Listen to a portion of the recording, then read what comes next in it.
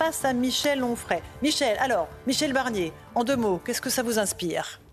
Pas grand-chose. C'était très attendu. Je veux dire, moi, Oui. Il est arrivé tard quand même dans la liste, la valse des noms qui sont... Ce qui était inattendu, c'était le nom de Michel Barnier. Mais ce n'est pas mon propos. Moi, je me paraît sympathique, le personnage. Puis il est de la Savoie, si j'ai bien compris. Oui, alors là, oui, savoyard. Donc j'ai rien à dire sur Michel Barnier. J'ai à dire sur l'homme politique, c'est-à-dire sur le personnage qui se trouve là. Moi, je dis depuis des années que de toute façon, les dés sont pipés parce que quoi qu'on fasse, quels que soient les votes, on a toujours un Maastrichtien au pouvoir. Que ce soit le chef de l'État, et de droite et de gauche, ça a été Mitterrand-Chirac, ça a été Sarkozy-Hollande, ça a été qui l'on voudra, mais à chaque fois, on a affaire à quelqu'un qui défend cette même idéologie. Donc moi, je savais que ce serait un Maastrichtien. Oui, quel que soit le nom. Vous l'aviez dit la semaine dernière, d'ailleurs. Oui. C'est ainsi fait. La démocratie s'est effondrée depuis très longtemps, depuis qu'effectivement, tout est fait pour qu'à chaque fois, on ait la même idéologie. Après, on change le ruban. On a un petit jeune et un personnage avec de la maturité. On a des gens sympathiques et des gens qui le sont moins. On a des gens nerveux, excités, et puis d'autres qui sont des petites boules, etc. Et donc, après, on fait semblant de dire « Ah, c'est lui, c'est pas lui. Oh là là, c'est lui. Ah là là, c'est lui, c'est formidable. » C'est la même chose. On change juste le paquet. On n'avait pas besoin de consulter aussi longtemps quand Emmanuel Macron a consulté une fois les Français avec les Européennes et qu'il a perdu. Donc là, on n'entend pas refaire une dissolution et reconsulter, c'est ça? Mais il est sourd, ce monsieur. C'est-à-dire, il est sourd parce qu'il y a un moment donné où, quand on consulte le peuple, on écoute le peuple et le peuple vous dit quelque chose. C'est une manie, de toute façon, depuis bien longtemps, au moins 2005.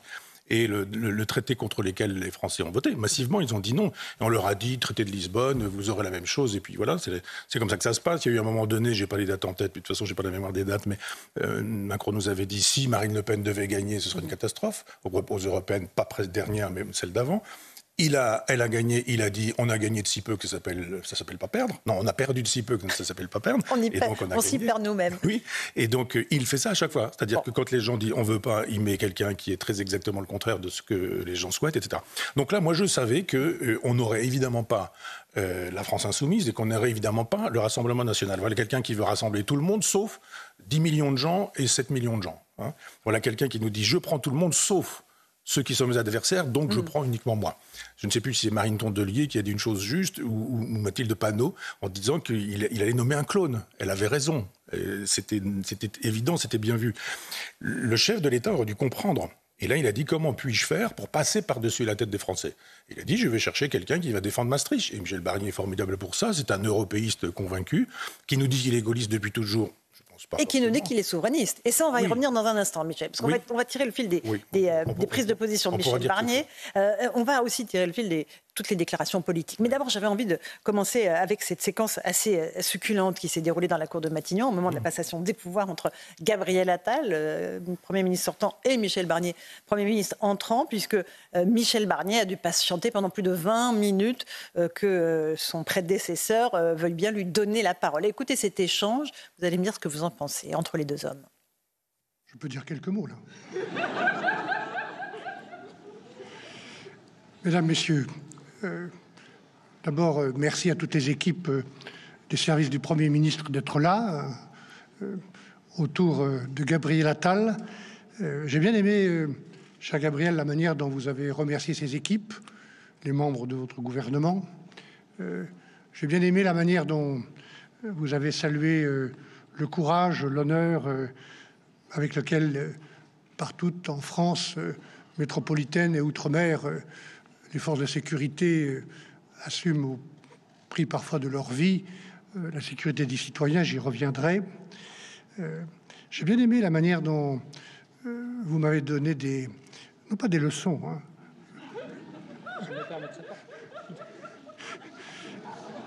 Enfin, les enseignements, même si ça n'a duré que 8 mois, que l'on apprend quand on est Premier ministre. Qu'il lui donne à Gabriel Attal, Michel Barnier, à votre avis, Michel Onfray? Oui, d'abord, vous savez, il y a eu la querelle des anciens et des modernes au XVIIe siècle, on y a droit là, l'ancien et le moderne. Exactement. Alors, évidemment, je suis du côté des anciens dans cette aventure, et on voit l'insolence de ce garçon à qui est tout souri, Gabriel Attal, je parle de Gabriel Attal, bien sûr. On avait une vidéo qui a été montrée, c'est un petit garçon, où il faisait du théâtre, et son père lui a dit « mais si tu veux réussir, il faut faire du théâtre ». Il a entendu ce que dit son père, il a fait du théâtre et il a réussi. Mais il a réussi courtement, brièvement, enfin, le voilà à la porte. Il est au chômage, Gabriel Attal. Pas vraiment, parce qu'il est député et il dirige la... Et puis il attend, il attend son heure. Donc, macroniste. Je veux dire, quand on était Premier ministre, il y a juste une marche au-dessus. Et là, pour le reste, vous êtes obligé de faire tapisserie. Vous attendez, quoi. Bon. Et dans ce que dit Michel Barnier, beaucoup d'ironie, beaucoup de subtilité, beaucoup de délicatesse, le contraire de l'insolence, c'est-à-dire une façon française de manier la langue. Et on n'a pas l'impression que c'est une espèce de clone avec quelqu'un qui, je ne vais pas parler d'oreillette, mais enfin quelqu'un qui serait le ventriloque d'un communicant qui lui aurait fait savoir ce qu'il fallait dire. Là, on sent bien que c'est improvisé, c'est du cousu humain, c'est fait sur mesure et il répond à l'insolence qu'on lui a faite avec, non pas de l'insolence, mais une légère ironie très française et une façon assez distinguée de montrer effectivement que ça fait un petit moment que les insolents sont au pouvoir. À un moment donné, dans ce discours, Michel Barnier dit « nous, on ne va pas trop parler, on va agir ». Ça aussi, c'est une insolence majeure, mais c'est joliment enveloppé, c'est joliment dit, et c'est tellement vrai. Donc bon, sur le reste, après, je ne me fais pas d'illusions. On sait à quelle sauce on va être mangé, on connaît le plat, le menu est unique. Encore un tout petit mot pour écouter Michel Barnier, ce qu'il veut faire à Matignon, une période utile pour la France, dit-il. Et surtout, il dit qu'il veut entendre les souffrances, le sentiment d'abandon. Il dit aussi qu'il veut agir plutôt que parler. Écoutez cet extrait qui a beaucoup fait agir à gauche parce qu'il évoque les gens d'en bas. Il dit qu'il faut respecter les gens d'en bas et ça a beaucoup fait réagir à gauche. Le gouvernement n'aura pas la prétention de croire que la science infuse vient seulement de lui. J'ai appris dans ma longue vie publique que les bonnes idées venaient de partout, d'ailleurs, souvent des gens les plus modestes ou les plus simples, quand on prend le soin de les écouter. Et j'ai bien des exemples en tête de progrès, petits ou grands, qui ont été accomplis grâce à des idées, de bonnes solutions apportées par les gens d'en bas. Ça vous choque, le fait qu'ils disent les gens d'en bas? C'est une expression que vous utilisez aussi. Vous dites qu'il y a beaucoup de sagesse dans le peuple. Ça vous choque pas parce que ça fait bondir la gauche? Oui, les gens d'en bas, la gauche n'aime pas beaucoup les gens d'en bas. Hein. Ça se sait depuis un petit moment. Ça fait longtemps qu'elle a laissé tomber. Ils trouvent que c'est méprisant. Oui, non, mais puis même, on a laissé tomber le prolétariat, on a laissé tomber le peuple. Quiconque défend le peuple pour quelqu'un de gauche est un populiste. Eux, ils ont choisi un néo-peuple fabriqué avec les créolisés, les métis, les homosexuels, les transsexuels. Ils l'ont dit depuis très longtemps. C'était Terra Nova, d'ailleurs, qui avait fait savoir que les prolos laissaient-les partir.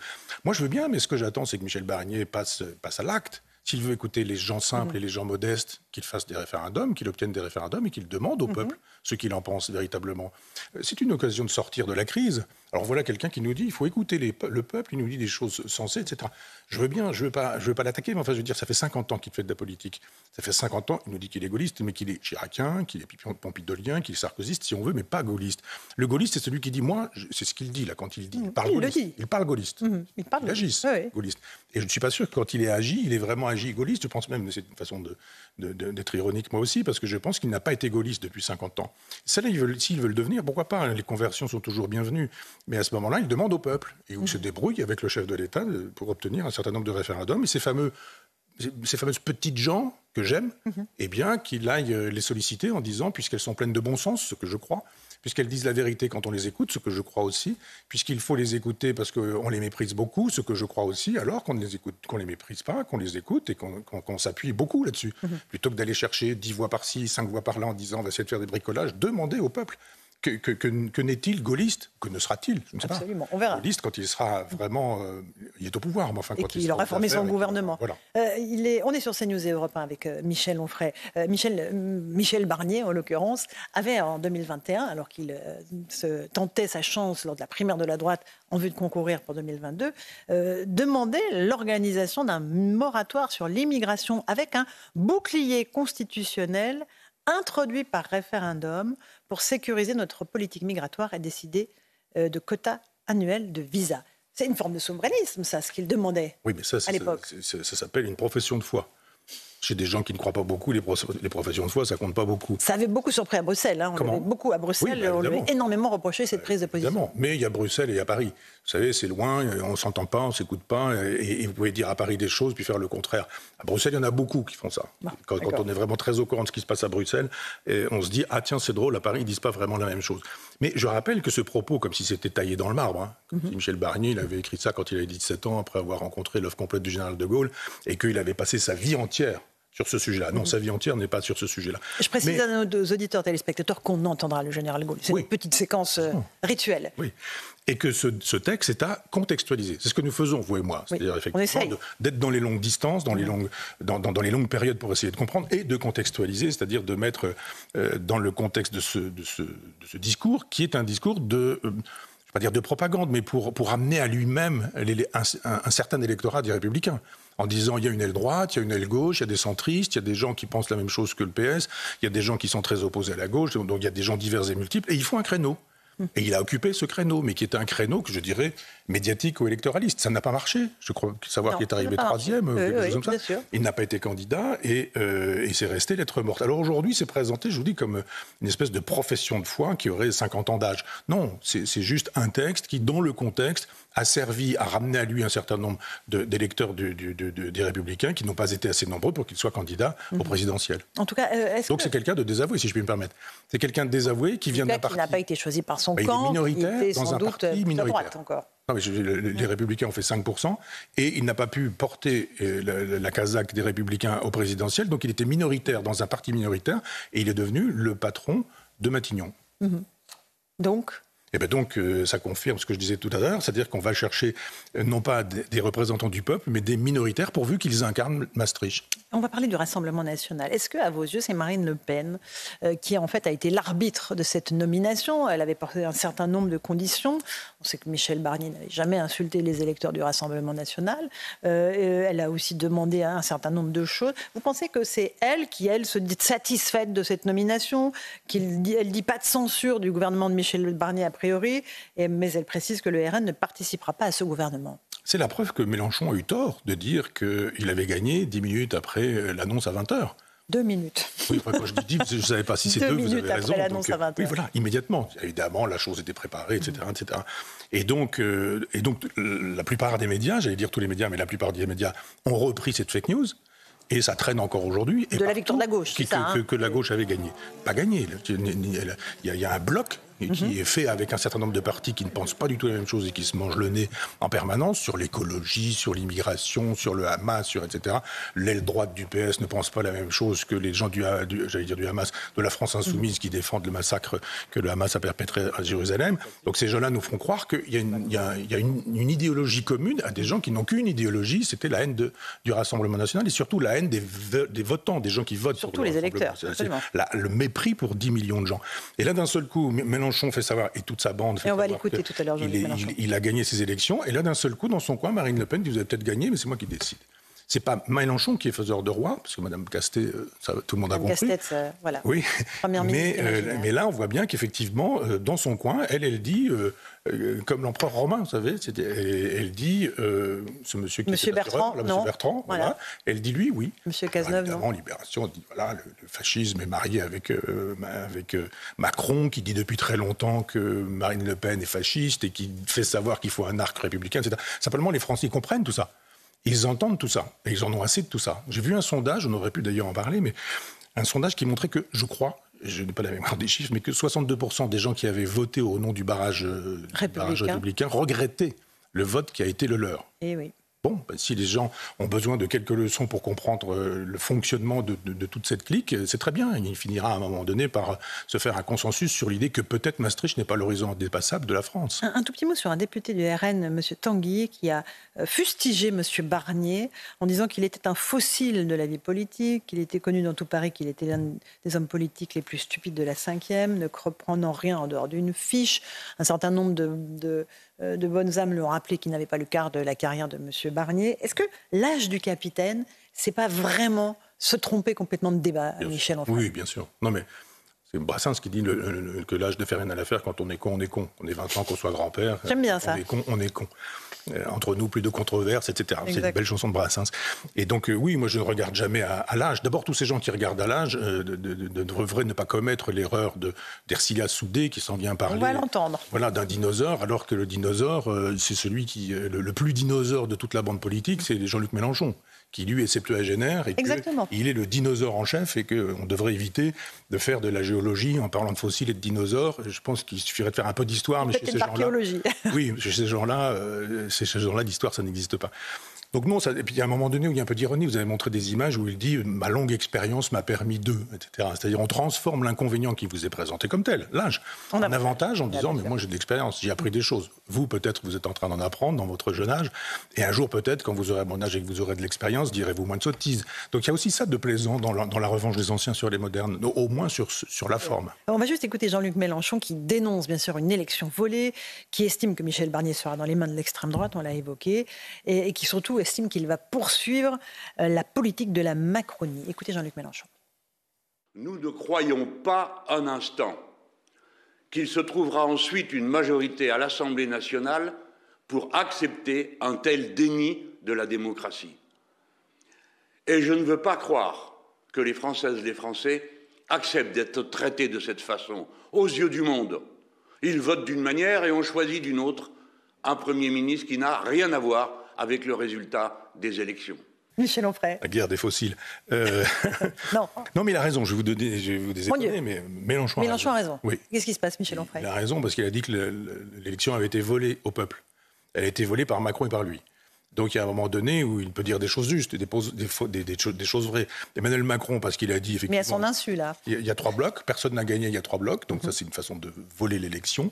Il y a une autre façon de voler l'élection, c'est de dire j'ai gagné quand j'ai pas gagné, ou quand il dit nous avons gagné alors qu'il n'a pas gagné.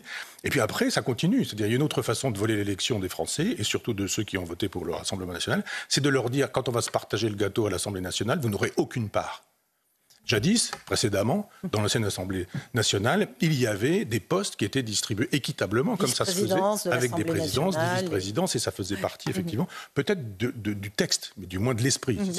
Si ce n'est pas la lettre, c'est probablement l'esprit. Je ne suis pas constitutionnaliste, je ne suis pas juriste, mais ça se faisait comme ça, à une époque. Et là, on a dit, vous n'aurez rien du tout. Donc l'élection du peuple a été volée, parce que les 10 millions de gens qui ont voté pour Marine Le Pen, on leur a dit, on va faire un bloc contre vous. Donc il y a eu une première élection aux européennes, Marine Le Pen l'a gagnée. Il y a eu une deuxième élection, premier tour après dissolution, Marine Le Pen a gagné. Puis la troisième, on a dit il faut vraiment qu'on y aille. Et Mélenchon a dit nous allons voter pour Darmanin. Mathilde Panot a dit nous allons voter pour Gabriel Attal. Les écologistes ont dit nous allons voter pour la droite et les macroniens. Édouard Philippe a dit je vais voter pour les communistes. Absolument. La même chose Xavier Bertrand qui faisait savoir les communistes oui il n'y a aucun problème, mais le Rassemblement national sûrement pas. Et tous ces gens reviennent après en disant tout ce qu'ils disent. C'est-à-dire que les Français comprennent bien qu'il y a de la magouille politique, qu'il y a du bricolage de partis, que le général de Gaulle parlait des fameux politiciens, du retour de la classe politique, du retour des partis. Nous y sommes. Macron a détruit la Ve République. Vraiment ? Le deuxième qui a détruit la Ve République, c'est... Oui. Ben oui. Voilà. Elle tient encore debout. Grâce à la force des institutions, on va parler tout à l'heure des institutions. C'est-à-dire le septennat a disparu, le quinquennat l'a remplacé, l'ordre des préséances entre les législatives et les présidentielles a disparu, on a supprimé le service militaire, et puis il y a l'esprit à la lettre. Jamais le général de Gaulle n'aurait consenti une cohabitation. Non, on va l'écouter. Jamais il n'aurait consenti à perdre des élections et à dire d'abord je reste et ensuite en restant je vais vous en remettre un coup et je vais vous punir de votre vote en vous imposant ce que vous avez refusé. Ça c'est quand même le principe de la dictature, de dire au peuple on vous consulte pour faire bonne mesure, mais quand on vous aura consulté après vous avoir gavé en vous disant voilà ce qu'il va falloir régurgiter, il y a un moment donné où de fait les élections ont été volées, mais pas par qui ils croient. Dernière séquence que je veux vous faire écouter et voir Michel pendant cette première partie de Face à Michel Onfray, c'est Ercilia Soudet de la France Insoumise, drapée dans un kéfier, qui traite M. Barnier de dinosaure, de raciste réactionnaire. Écoutez. Alors, Madame la députée, il paraît qu'on a un nouveau Premier ministre. Il est de votre majorité, j'espère. Ah non, pas vraiment. C'est un vieux dinosaure qui est en fait l'enfant du RN et de la Macronie, parce que vous savez qu'ils se sont mariés tout récemment là, avec la loi immigration. Ouais. Quelle chance, c'est beau, hein. Et voilà, ils ont fait un bébé. Et oui, bon, c'est un vieux dinosaure, hein. On dirait plutôt un vieux papy qu'un petit enfant. Mais et voilà, c'est comme malgré tout l'enfant du RN et de la Macronie. C'est un homme obsédé par la question migratoire, un homme avec des idées racistes, réactionnaires, un homme qui aime l'autoritarisme. C'est bien, c'est une belle réponse au vote des électeurs de cette dissolution. Ah ouais, je sens votre enthousiasme. Pour cette séquence intéressante, voire confondante, Michel Onfray. C'est les tuches, on a vraiment l'impression d'un best-of des tuches, vous savez, ou des chiens. C'est sidérant, quoi. On a vraiment l'impression qu'ils ont fait, je sais pas quoi, un guignol ou c'est une plaisanterie. Pas du tout. Non, pas du tout. Quand on écoute le kéfier d'abord. Kéfier. Moi, à Caen, là, par exemple, dans la circonscription où j'habite, il y a une candidate du Rassemblement national qui est faite photographier avec une casquette nazie. Et effectivement, elle a jarté, c'était très bien. C'est ce qu'il faut faire, pour voir cette femme, quoi. Mais là, le kéfier, quoi. Si on arbore le kéfier, très précisément, on dit un certain nombre de choses avec ça. C'est-à-dire tout le monde est en train de nous expliquer que le moindre signe vestimentaire signifie quelque chose, la baya, le foulard, la casquette nazie, et je suis d'accord. Le kéfier aussi. C'est de dire, voilà, nous portons le costume des gens du Hamas qui ont massacré plus de 1000 personnes et qui veulent rayer Israël de la carte. Elle est enseignante, je rappelle, en dehors de son métier de députée. Là. Elle est enseignante, c'est-à-dire qu'elle a charge d'âme dans des cours de l'éducation nationale, payée par l'argent du contribuable pour enseigner probablement le kéfier, la langue française fleurie et plus un certain nombre des choses qu'elle enseigne habituellement. Michel, la droite se retrouve au centre du jeu avec Laurent Wauquiez, Bruno Retailleau et bien sûr Michel Barnier qui est nommé à Matignon. C'était inespéré pour cette formation politique qui a vu le nombre de députés réduire comme peau de chagrin lors des dernières législatives. Oui, enfin, vous savez, j'ai fait des mathématiques modernes, comme on disait à une époque. On avait les ensembles, les inclusions, etc. En fait, on est dans un même ensemble. C'est-à-dire tous ces gens défendent Maastricht. Donc, je ne suis pas étonné de voir un républicain. Je n'aurais pas été étonné de voir l'ancien Premier ministre socialiste, dont j'ai oublié le nom, l'ancien Monsieur Cazeneuve. Monsieur Cazeneuve. Je n'aurais pas été étonné non plus. Enfin, vous avez entendu Monsieur Hollande aussi. Voilà. Qui a dit qu'il était certain que Monsieur Barnier étant nommé, c'était un quitus de la part d'Emmanuel Macron au RN. Oui, c'est des gens qui auraient pu être dans un gouvernement Hollande. C'est ça qui me fait rire. Tous ces gens-là pensent exactement la même chose. Ils font de la cuisine politicienne. C'est quand même assez honteux. Jusqu'à Ségolène Royal. Ségolène Royal qui a fait des appels d'offres en disant je suis libre, je suis disponible, vous savez, si vous voulez, je peux donner mon numéro de portable pour le rassemblement. Et puis après, elle était en train de lire une feuille en disant alors, j'ai déjà fait lui pourrait rester ministre. Et puis à tel poste, je pense Monsieur Machin. Toutes les bonnes volontés sont nécessaires, Michel. Bon, avançons. Personnel politique. Non, mais je réponds à votre question sur cette idée que je ne suis pas étonné par le fait que dans cet ensemble, on aille prélever l'un ou l'autre. Marine Le Pen, elle a dû dire on veut juste quelqu'un qui nous crache pas dessus. Vous nous crachez dessus déjà depuis un certain temps. Donc voilà, Michel Barnier faisant l'affaire, parce qu'il est élégant, on l'a vu, et qu'il est capable de parler à des gens. Je crois savoir que quand il négocie à Bruxelles, il recevait les gens du Rassemblement national et il les respectait comme des élus. En ce sens, c'est un républicain à l'ancienne. Il est peut-être beaucoup de choses à l'ancienne, c'est peut-être les valeurs du septuagénaire, mais c'est pas mal qu'il soit capable de considérer que même s'il n'aime pas personnellement le Rassemblement national, il y a des électeurs, il y a des gens qu'on les reçoit, etc., etc. Donc Marine Le Pen ait pu dire non, de toute façon, on a le pouvoir de nuire et on nuira aux gens qui nous nuisent, ça me paraît être de bonne guerre. À propos des institutions, justement, Marine Le Pen demande la proportionnelle, l'instauration de la proportionnelle en cas de nouvelle dissolution dans un an. Est-ce que c'est une solution ou est-ce que ça peut encore fragiliser la Ve République ? Selon vous, Michel Onfray. Une proportionnelle intégrale permet à n'importe qui d'y aller et d'avoir plus ou moins un poste. C'est pourquoi il y a eu, je ne sais plus, une vingtaine de listes aux européennes. Vous vous souvenez, on a parlé de 4 ou 5 listes, c'est à peu près tout. Comme à la rentrée, il y a 600 romans, on choisit 10 en disant les 10 romans qui étaient... Et là, il y avait plein de gens qui s'y trouvaient en tête de liste. Alors, on nous a dit, nous, à Front Populaire, il faut y aller, il y a de l'argent à récupérer, etc. On n'ira pas. Mais il y a un moment donné où on ne peut pas dire à tout le monde, vous pouvez être candidat au présidentiel. Et c'est pour ça que le général de Gaulle avait imaginé qu'il fallait des signatures, etc., etc. Donc on a vu après qu'avec Hollande, tout a été fait pour que les signatures empêchent un certain nombre de candidats. Donc une proportionnelle intégrale, si ça permet à tout le monde d'y aller, ça va permettre à plein de gens d'être élus et ce sera extrêmement difficile. Donc ça, il faut penser... règle pas les choses. En fait. Non, oui, mais ça veut dire que quand même le principe de la proportionnelle est bon parce qu'il n'est pas normal que 10 millions de gens qui ont voté aujourd'hui comptent pour rien dans les représentations aujourd'hui. C'est pas possible, c'est pas normal. C'est-à-dire que 51, c'est pas 100%, et 49, c'est pas 0%. C'est pas ça la démocratie. Et le gaullisme, c'est pas ça. C'est de dire 51, on a gagné, mais les 49 ne sont pas morts. Même Mitterrand, sur le papier, quand il a été élu, a fait savoir qu'il devenait le président de tous les Français. Et que les 49 qui étaient minoritaires, à l'époque c'était des grosses minorités, eh bien ces 49-là, il fallait gouverner pour eux. C'est ça que les Français veulent. C'est-à-dire non pas quelqu'un qui dit j'ai compté là les députés, donc ceux-là on va leur donner ça, ceux-là on va leur donner ça, on fait un total, ça va finir avec une calculette, pas du tout. Il faut un grand projet national auquel les gens, enfin il faudrait, je ne suis pas candidat, mais il faudrait un grand projet national au-delà des partis qui permettrait de dire mais il y a des urgences. Qu'a-t-il consulté Emmanuel Macron pendant plus de 50 jours voilà. Alors qu'on sait très bien ce que les Français pensent. Il y a un nombre de sondages incroyables qui ont été faits sur l'immigration, sur l'insécurité, sur la pauvreté, sur le pouvoir d'achat, sur la politique politique étrangère, etc., on n'a pas besoin de consulter qui d'ailleurs pour savoir ce qu'il faut faire.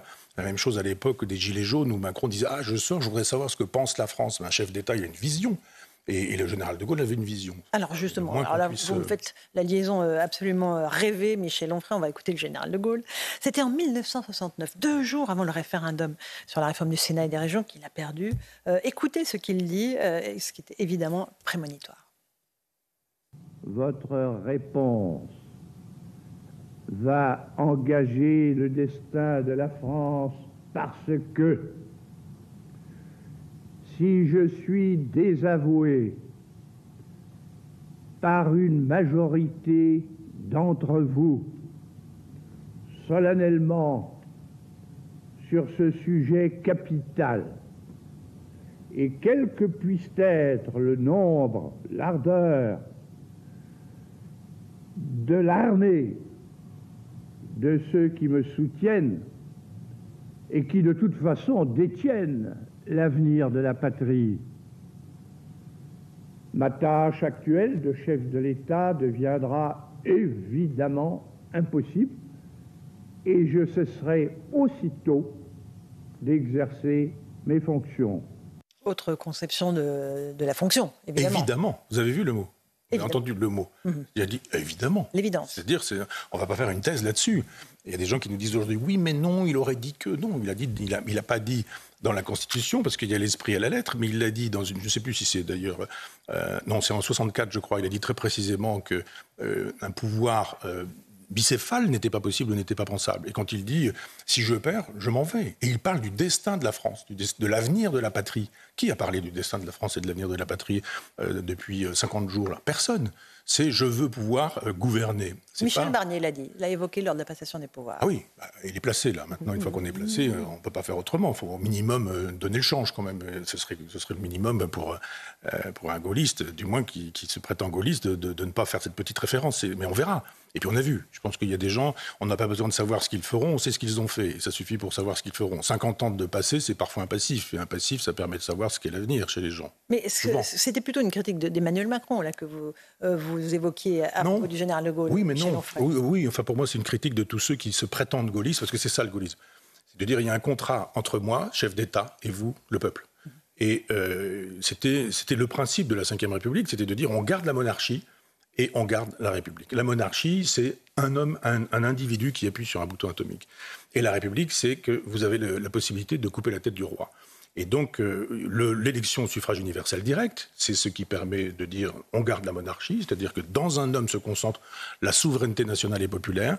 Et puis, si vous voulez me couper la tête, vous en avez la possibilité. La guillotine, ça s'appelle un référendum, ça s'appelle des élections. Je perds des élections, vous me coupez la tête, je m'en vais. Ma tête tombe. Ceux-là disent ah ben non, si je perds les élections, évidemment je reste. Et ce que je ne supporte pas, ce sont tous ces gens qui, Mitterrand, Chirac, mais Giscard avant lui, qui lui avait pensé que peut-être il pourrait ne pas gagner les législatives, il les a gagnées, mais avait envisagé de rester et de se replier. Alors j'ai dit d'ailleurs une erreur à une époque, j'avais parlé de Versailles, je crois. Et Jean-Frédéric Poisson m'avait dit non, c'est pas Versailles, c'est Vincennes. J'avais je pense qu'il est élu là-bas. Il m'avait dit c'est ponctuel, mais enfin, donc il avait raison de me faire remarquer. Mais Valéry Giscard d'Estaing avait imaginé que il resterait comme une espèce de monarque. Il gardait le monarque, mais finalement il supprimait la République. Alors que là, le monarque dit la République ne voulant plus de moi, puisque la République c'est vous et c'est la souveraineté. Évidemment, dit-il, je m'en vais. Et eux disent évidemment, je reste. Eh bien, évidemment, tous ceux qui pensent que quand ils ont perdu les élections, ils restent, et que quand ils ont perdu les élections, ils vont imposer quand même leur vision des choses. D'abord, sont des dictateurs, en herbe ou pas, mais des dictateurs, mais sûrement pas des gaullistes. On est sur CNews et sur Europe 1 avec Michel Onfray. 12 millions d'élèves ont fait leur rentrée, Michel, cette semaine. Michel Barnier a d'ailleurs affirmé que l'école resterait la priorité du gouvernement, avec d'autres, évidemment, grands chantiers. Il y a beaucoup de nouveautés en cette rentrée scolaire, la mise en place des groupes de besoins en français, en mathématiques, c'est pour pas dire les groupes de niveau. C'est Mme Belloubet qui a rebaptisé ces groupes de niveau qui étaient souhaités par Gabriel Attal, le téléphone portable interdit dans certains collèges, l'uniforme qui est testé dans certains établissements, la réforme du brevet, de nouvelles évaluations en CE2 et CM2 et évidemment un préavis de grève de certains syndicats pour le 10 septembre. Est-ce que ça vous étonne ? Est-ce qu'il n'y a pas une grande inquiétude au fond, à la fois du côté des professeurs, et on peut l'entendre, ils sont menacés, ils sont en première ligne, ligne, du côté des parents d'élèves aussi. Est-ce que vous comprenez cette inquiétude ? Oui, bien sûr. Donc, déjà, quand on regarde les signaux, ils sont terribles. C'est-à-dire qu'on lit de moins en moins, on est de plus en plus illettré quand on arrive en 6e, on a de moins en moins le goût des livres, et moi je le vois comme auteur. Effectivement, on a perdu un lectorat. Ça fait depuis le temps que j'existe sur le marché du livre, je dirais. Plus de 50 ans non, pas 50, moins. Mais 89, on dirait. 89, moins que Michel Barnier. Oui. Non, mais je suis plus proche de lui que d'Attal en termes d'âge. Et ça structure aussi une façon d'être, de faire. Cette façon de manier la langue française, avec de l'ironie, avec de la drôlerie, avec de l'humour, avec de la distance. Du vocabulaire. Du vocabulaire, bien sûr. Et non, il y a les anciens et les modernes dans cette aventure. Et il y a une école moderne, pour le coup, et une école ancienne. Je pense que les politiques ne travaillent pas. Quand ils sont tous en train de se bouffer le nez là, sur des histoires de alors, on va présenter machin, mais non, c'est plutôt bidule, etc. Juste pour avoir les voitures avec les gyrophares et ce genre de choses. Ils n'ont pas le souci de la France. Avoir le souci de la France, c'est de dire qu'il y a des problèmes en matière de justice. Il y a des problèmes en matière d'hôpitaux, en matière d'éducation, etc. Pour le coup, en matière d'éducation, il faut tout refondre du début jusqu'à la fin, tout reprendre. Il ne s'agit pas de dire « Ah, on reprend une école avec les instituteurs, les vieux hussards de la République, etc. » Encore que, il y a tellement de choses intéressantes à voir qu'il vaut mieux plutôt aller voir de ce côté-là. Il ne s'agit pas non plus de dire « Ah, mais tout ce qui est moderne, c'est sûrement pas, quoi.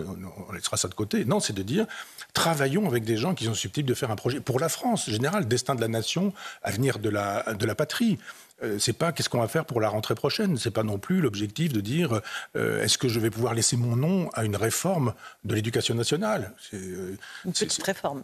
Oui, puis, il faut vraiment un gros projet de société sur ce sujet-là, gros projet de société sur la prison, gros projet de société sur la santé, gros projet de société sur la province, gros projet de société écologique, etc. Enfin, ce sont des gros travaux qu'il faut faire, pas seulement avec des technos qui vont faire des rapports que personne ne lira. On présentera à la télévision un gros rapport de 1500 pages, puis on mettra à la poubelle. Non, un chef d'État qui a vraiment le souci du plus tard, je dirais, de l'après-lui. C'est ça un grand chef d'État. C'est quelqu'un qui dit « Je ne durerai pas éternellement comme chef de l'État, mais même physiquement et personnellement, au-delà de moi-même, dans 100 ans, dans 500 ans, que restera-t-il de la France ?» Et si effectivement on n'a pas fait ce qu'il fallait pour apprendre à lire, à écrire, à compter, à penser aux enfants qui viennent dans les écoles aujourd'hui, évidemment, on fabrique de la chair à canon contemporain. Michel Onfray, on va écouter juste Jean-Michel Blanquer qui publie un livre en cette rentrée qui s'appelle « La citadelle au cœur du gouvernement chez Albin Michel », qui revient sur les réformes qu'il a menées. Il était notre invité cette semaine sur CNews et Europe 1. Il affirme aussi que le fait de changer trop régulièrement de ministre, évidemment, rend la tâche compliquée. On l'écoute. Ce qui est très intéressant, si on se reporte à 2017, c'est que quand ces chantiers arrivaient, c'est-à-dire on disait le bac est à bout de souffle, on disait APB ne marche pas, on disait mais est-ce que ce nouveau ministre va avoir le courage de prendre ça à bras-le-corps? Est-ce qu'il va avoir le courage de rester 5 ans? Est-ce qu'il va avoir le courage d'affronter toutes les oppositions qu'il y a dans ce cas-là, qui viennent de gauche, de droite, de partout? 5 ans plus tard, je l'ai fait. Mais les gens qui disaient ça, peut-être vous-même, 5 ans plus tard, ont comme oublié que c'était ça le contrat. C'est-à-dire qu'il fallait traverser... parce que dans matière d'éducation, si c'est tous les ans un nouveau ministre, on ne changera jamais rien dans ce... C'est un peu le cas. C'est tous les ans où... Là, lui, il a eu une vraie longévité, mais après, il y a eu un turnover sur les ministres de l'Éducation nationale qui donne le tournis, Michel Onfray. Oui, écoutez, moi j'ai dit du bien de Jean-Michel Blanquer tout au départ, quand il a dit des choses extrêmement simples, du genre il faut apprendre à lire, à écrire, à compter, à penser. Bon. C'est ce que je Jusqu'ici, tout va bien. Ben oui, mais ça devrait être le programme minimum. Et pour le coup, quand je parlais tout à l'heure d'une vraie refondation, c'est comment apprend-on à lire, comment apprend-on à compter, à penser, etc. Et il me sollicite en me disant, écoutez, j'aimerais bien vous rencontrer, j'aimerais qu'on puisse parler ensemble, etc. Je voudrais vous inviter tel jour, telle date, etc. Et je lui dis, écoutez, moi, des trucs avec 12 personnes, ça ne m'intéresse pas. S'il s'agit juste de dire, je suis invité au ministère, et puis... Non, ça ne m'intéresse pas. Et il me dit, non, on déjeune tous les deux, tête à tête. Et j'ai dit, bon, dans ce cas-là, je veux bien. Je suis allé au ministère, nous avons déjeuné. Il est très sympathique, très aimable, très cultivé, très gentil. C'est un homme charmant. Et puis après, il m'a dit, comment voyez-vous les choses? Et je lui parle d'un certain nombre de choses, dont la philo au primaire. Je dis, mais on peut démarrer. Moi, on avait fait un atelier de philosophie pour enfants avec l'Université populaire. Je dis, on pourrait démarrer la philosophie très tôt. Il me dit, mais quand? Je dis, dès la scolarisation. Mitterrand, qui était un grand révolutionnaire, avait dit, on pourrait commencer en première. Je dis, non, commençons dès la scolarisation, dès l'école. J'ai un petit-fils, j'ai une petite-fille, je vois bien comment on peut faire de la philo. Sur les grandes notions, voilà, de la philo. Non, pas forcément les grandes notions, sur l'art de répondre aux questions, ou sur l'art de formuler les questions pour les enfants qui se posent des questions majeures. Pourquoi on meurt, pourquoi on aime, qu'est-ce que c'est que le temps, toutes ces choses-là. Ah, mais il dit, formidable, pourriez me faire une note là-dessus, etc. Je dis, pas de problème, je fais une note. Et il me donne ses coordonnées personnelles, et puis on parle un peu d'autre chose, et puis je lui envoie ça dans la foulée. Jamais répondu, jamais rien du tout. Donc il y a eu ce Blanquer. Occasion. Il y a eu ensuite, alors non, il a été formidable tant qu'il a cru qu'il ne serait que ministre et qu'il avait des idées, etc. Puis après, je pense qu'il s'est mis dans la tête qu'il pouvait être Premier ministre. Et ça a changé les perspectives chez ce monsieur qui est devenu un autre homme. Et là, il a commencé à faire des concessions au wokisme. Et je me suis dit, on perd un homme dans cette aventure, on gagne un homme politique. Jean-Michel Blanquer, vous êtes sûr que vous ne parlez pas de son successeur? Non, justement. Et puis, on a bien vu, au deux moments, vous savez comment ça se joue, surtout avec Macron, ça vous passe sous le nez, et il y a des gens qui ont fait savoir, probablement, en agitant un peu la cloche sous le nez, là, en disant « Ah, je pense à toi ». D'ailleurs, il le dit, je n'ai pas lu Jean-Michel Blanquer, mais je l'ai entendu en parler, il dit à un moment donné, non, j'ai lu des bonnes feuilles, où il dit à un moment donné que Emmanuel Macron lui a fait savoir qu'il fallait qu'il se prépare. Entendu, préparé à plus et mieux. Et puis ça lui est passé sous le nez. Et je pense qu'à 2 ou 3 reprises, il l'a cru, etc. Il ne faut jamais humilier un homme. Et là, il y a le 3e Blanquer qui écrit dans ses mémoires-là que... etc. Bon, d'accord, très bien. Tout ça est très humain. Moi, j'avais bien aimé le premier. Le 2e m'a fort déplu. Et le 3e est quand même assez peu sympathique. Mais il peut redevenir un 4e où il reprendrait un peu le dessus en disant, bon, allez, au-delà du ressentiment... faisons les choses ailleurs ou autrement. Après, je ne sais pas ce qu'est son avenir, je ne sais même pas ce qu'est son présent, mais il a été un grand ministre de l'Éducation nationale dans quelques mois ou quelques années, 2 ans, ça a dû durer 2 ou 3 ans. Et oui, c'était un... 4 années. 4 années. Donc, et il parle aussi beaucoup d'Emmanuel Macron, des dessous comme ça du pouvoir, en disant voilà, que l'étoile d'Emmanuel Macron s'est assombrie au fil des quinquennats, du 2e quinquennat. Écoutez, moi j'ai dit depuis très longtemps que la Ve République, c'est un caractère, c'est un tempérament, c'est un style, c'est un homme. Et que quand on a le style, le caractère, le tempérament d'Emmanuel Macron, c'est assez problématique. J'avais utilisé des mots que vous m'aviez modérés. Comme toujours, je suis modératrice. Je ne les reprendrai pas, mais je veux dire qu'il y a effectivement un problème de nature psychologique. C'est un personnage qui est à la tête d'un État puissant. Et pour mener un État puissant, il faut avoir soi-même une puissance. Quand on n'a pas cette puissance, effectivement, c'est catastrophique. Et c'est catastrophique parce que ça touche ponctuellement la défense, la police, l'armée, la culture, enfin tous les domaines où vous contaminez. Si vous êtes un grand homme, vous faites un grand État, vous faites un grand peuple. Si vous êtes un petit homme, vous faites un petit État et un petit peuple. Encore un sujet, Michel, que je voulais aborder avec vous, c'est la montée de l'antisémitisme partout en Europe. Alors qu'on a commémoré la prise d'otage des Jeux Olympiques de Munich les 5 et 6 septembre 1972, une attaque a eu lieu cette semaine devant le consulat d'Israël à Munich. Est-ce que c'est une nouvelle manifestation de l'antisémitisme liée à ce qui se passe entre Israël et le Hamas ? Écoutez, je travaille à un livre qui s'est un peu imposé à moi depuis le 7 octobre. Parce que je ne savais pas à quel point j'avais raison. J'avais fait un papier pour Le Figaro sur l'antisémitisme de la gauche. Cette histoire de la résistance a toujours été de gauche, la collaboration a toujours été de droite, c'est faux. Il y a eu de la droite et de la gauche dans la résistance, et il y a eu de la droite et de la gauche dans la collaboration. C'est la même chose avec la question de l'antisémitisme. L'antisémitisme, c'est de droite et de la gauche, etc. Je dis non, c'est pas vrai. Il y a des antisémites à droite et à gauche. Et c'est pas parce qu'il y a eu Pétain qu'il n'y a pas eu un certain nombre de gens qui, à gauche, étaient antisémites. Et j'ai donné un certain nombre de noms. Et j'ai été moi-même étonné par ce que je trouvais en travaillant. Et je me suis dit, mais en philosophie, ça donne quoi ? Et je vous assure que je tombe des nues, de Alain à Jean-Luc Nancy, ou même à Alain Badiou, s'il faut parler de vivant. Je dis, Alain Badiou dit quand même à un moment donné, il invite les Israéliens à oublier l'Holocauste. À oublier l'Holocauste. En passant par Beauvoir, par Sartre, par Garaudy, négationniste, de gauche, lui aussi, communiste, etc. Et il y a donc effectivement une espèce d'antisémitisme de gauche qui imbibe ou qui pourrit plutôt la gauche culturelle, qui elle est au pouvoir depuis au moins mai 68.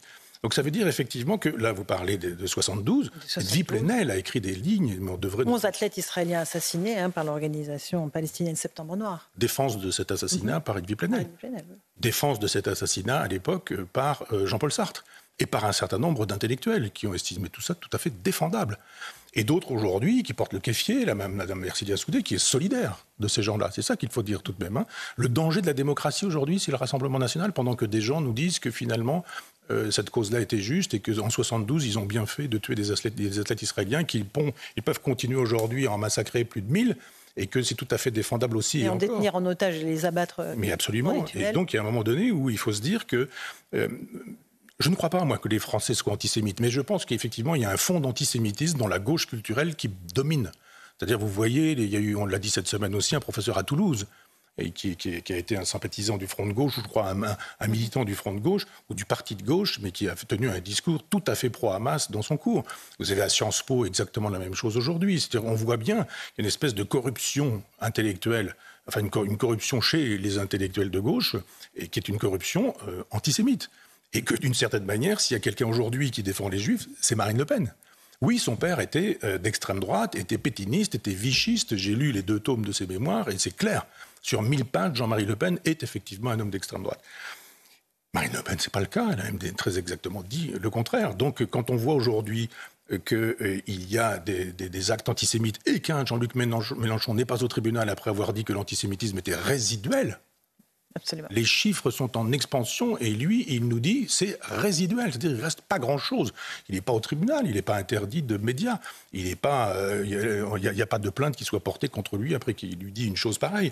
Donc oui, je pense que 1972 est l'occasion de nous souvenir que ça a eu lieu et qu'il y a quelque temps, le 7 octobre, ça a continué exactement sur le même principe et qu'il y a aujourd'hui des gens, Ercilia Soudé, un certain nombre de gens de la France insoumise, et je rappelle tous ceux du nouveau Front populaire qui n'ont pas vu grand-chose à dire quand il a fallu faire barrage, sous prétexte de faire barrage à une anti-républicaine, qui, eux, ne sont pas gênés du tout par le fait d'être anti-républicains quand il faut l'être. Merci beaucoup, Michel Onfray. C'est passé à la vitesse de la lumière, cette première émission face à Michel Onfray. La deuxième de la saison, pardon. La deuxième. Oui. Rendez-vous la semaine prochaine pour la suite des péripéties politiques. Merci beaucoup, Michel Onfray, sur CNews et sur Europe 1.